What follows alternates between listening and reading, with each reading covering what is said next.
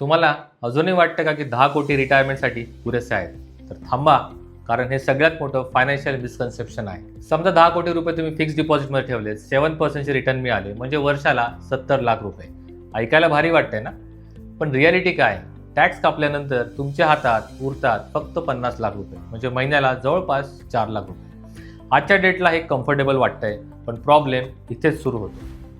इंडियामध्ये इन्फ्लेशन साधारणतः 5 to 6% आहे, म्हणजे आजचे 2.5 लाख रुपये म्हणजे भविष्यातले 10 वर्षांनी साधारणतः 4 लाख रुपये आणि 20 वर्षानंतर साधारणतः 6 ते 7 लाख रुपये.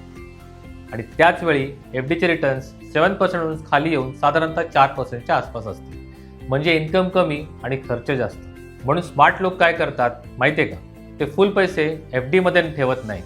10 कोटीपैकी 50-60% अमाऊंट इक्विटी म्युच्युअल फंड्समध्ये, 30-40% अमाऊंट फिक्स्ड इन्कम रेग्युलर इन्कमसाठी, 20% गोल्ड आणि अदर ॲसेट्समध्ये डायव्हर्सिफिकेशनसाठी. रिटायरमेंट म्हणजे फक्त पैसे साठवणं नाहीये, तर तो पैसा आयुष्यभर चालेल असं प्लॅन करणं आहे. हा व्हिडिओ त्या व्यक्तींना नक्की शेअर करा की ज्यांचं येणाऱ्या 5 ते 10 वर्षामध्ये रिटायरमेंट प्लॅन आहे. आणि तुम्हाला यावर अजून काही माहिती हवी असेल तर कॉल बुक करा आमच्या फायनान्शियल एक्सपर्ट बरोबर.